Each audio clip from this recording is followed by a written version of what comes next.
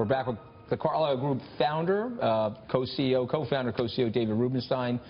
David, private equity used to be the place for people deploying a lot of capital. There seems like a lot of cash on the sidelines in private equity, including at the Carlyle Group. And so where do you think the reluctancy is to spend and invest right now? Well, prices are at all-time highs. So the average EBITDA or cash flow multiple for a deal today is over 10 times. Before the Great Recession, it was probably about 9.5 times. So we're actually paying higher multiples than we were before the Great Recession. Even though interest rates are lower, the cost is probably a little bit lower than it actually was, even though it seems like it's higher. Still, it's expensive.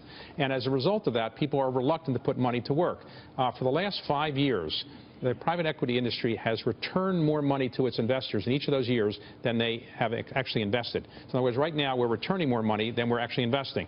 I think if prices go down, as the stock market kind of goes down a bit, and I think that will probably happen at some point, it will be cheaper and we'll have more money invested. But right now there's about $1.4 trillion on the sidelines, which is dry powder the private equity industry has. So when prices come down, I think you'll see more money being invested. Yeah, and you think that's going to happen soon? I think it's hard to believe that you could keep the stock market going at record highs forever. I think at some point when the Fed increases interest rates, when the new administration comes in and probably people take a pause to see what's going on, capital expenditures right now are down. The business community right now is not spending a lot of money. They're not sure who the next president is going to be. They're not sure what the policy is going to be, whoever the next president is. And so I think there's a bit of a pause. Business spending is down.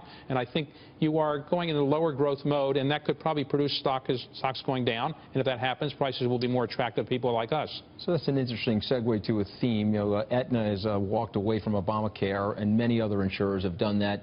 Do you think there's some disruptive activity in the healthcare insurance world that you guys could potentially take advantage of? Well, we are a large investor in the healthcare world around the world, not just in the United States. We do think that, well, think about this. As people are aging and people are living longer than ever, the average age in the United States is increasing fairly dramatically, and around the world it is in developed countries.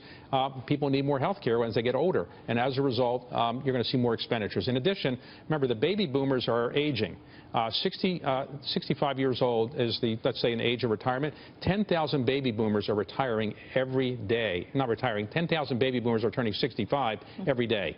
And as they age, they're going to need more and more health care. That's inevitable. And the baby boomers are the wealthiest part of our society. So they have an enormous amount of money to spend on their health care, and they will spend it on their artificial hips, artificial knees, their transplants, whatever it takes. So I think health care spending is going to increase fairly dramatically in this country and other developed parts around the world. And what happens to Obamacare as we now know it?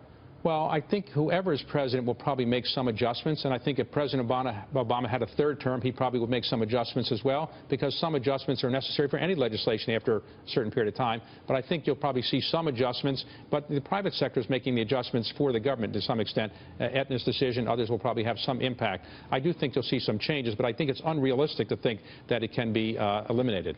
I want to switch gears and talk a little bit about your philanthropy, because I study your career and I'm a great admirer of yours. Tell us your philosophical bent on your giving. Well, I came from very modest circumstances. My parents were blue-collar workers, and I'm the only child, and I rose up from very modest circumstances. So I got very fortunate and made more money than I probably deserve or that I ever expected. So I've decided to give back to the country a large part of my wealth as a way to say to the country, thank you. And so a lot of what I do, what I call patriotic philanthropy, is trying to give things back to the country. So buy historic documents, give them to the country, fix up the Washington Monument or Monticello or the Lincoln Memorial, things like that, which I'm working with other people to do, but I do think it's a way of saying thank you very much, United States, for making it possible for me to do what I've done.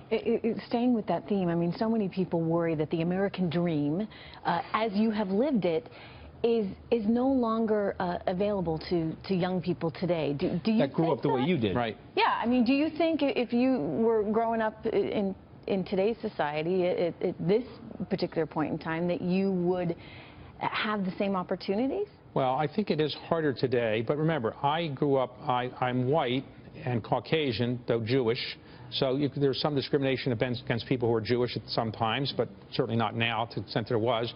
But if I were black or I were Hispanic or I had some other way of identifying myself as not being part of the majority of the United States, I think there would be some discrimination and some problems, yes. I don't think the American dream is as vibrant for people as it used to be. We talked about income inequality, and that's a very big problem, but social mobility is just a big problem. because when social mobility means your ability to think that you can rise to the top. And many people on the bottom say, I've given up. There's no way that I can rise to the top, so I'm just going to stay at the bottom. And therefore, they lose their ambition, and unfortunately, they become a drag on our economic well-being. I mean, isn't that the barometric pressure reading of this political season, that people do feel some despair, David? You could see it in the Bernie Sanders crowd, the Donald Trump crowd. What message would you give those people? There's no doubt that many people who rallied to Bernie Sanders or to Donald Trump feel disconnected from society, and they don't feel that they're part of the success that the people on the upper part of society are experiencing. So there's no doubt that somebody who's president of the United States is going to have to address this. Whoever's next president is going to have to listen to those people and do some things that try to address their problems. David Rubenstein, really fascinating conversation. Thank you so much for joining us. Thank you. My pleasure.